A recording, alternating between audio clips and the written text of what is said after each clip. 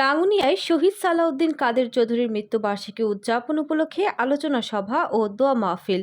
চট্টগ্রামের রাঙ্গুনিয়া বেতাগী ৬ নং ওয়ার্ড বিএনপির অঙ্গ ও সহযোগী সংগঠনের আয়োজনে শহীদ সালাউদ্দিন কাদের চৌধুরীর শাহাদাত বার্ষিকী উদযাপন উপলক্ষে আলোচনা সভা ও দোয়া মাহফিল শুক্রবার ২৯ নভেম্বর বিকেলে ৩ চৌদিয়া বাজার প্রাঙ্গণে অনুষ্ঠিত হয়েছে।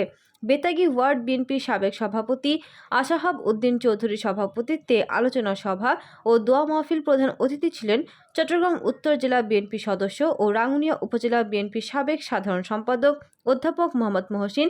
প্রধান বক্তা ছিলেন বেতাগী ইউনিয়ন পরিষদের সাবেক চেয়ারম্যান ও উপজেলা বিএনপির প্রভাবশালী সদস্য জাহাঙ্গীর আলম চৌধুরী। উদ্বোধক ছিলেন বেতাগী ইউনিয়ন পরিষদের সাবেক ইউপি সদস্য হাজী আহমদ সৈয়দ মেম্বার।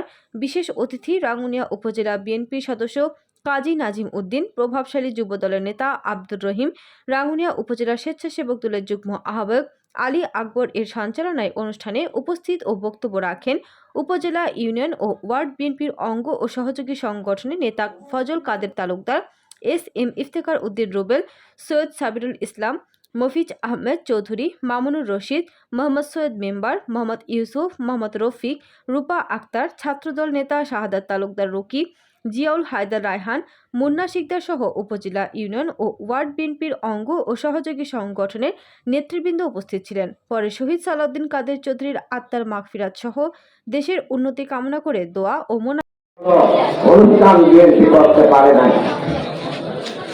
আশা করি আজকে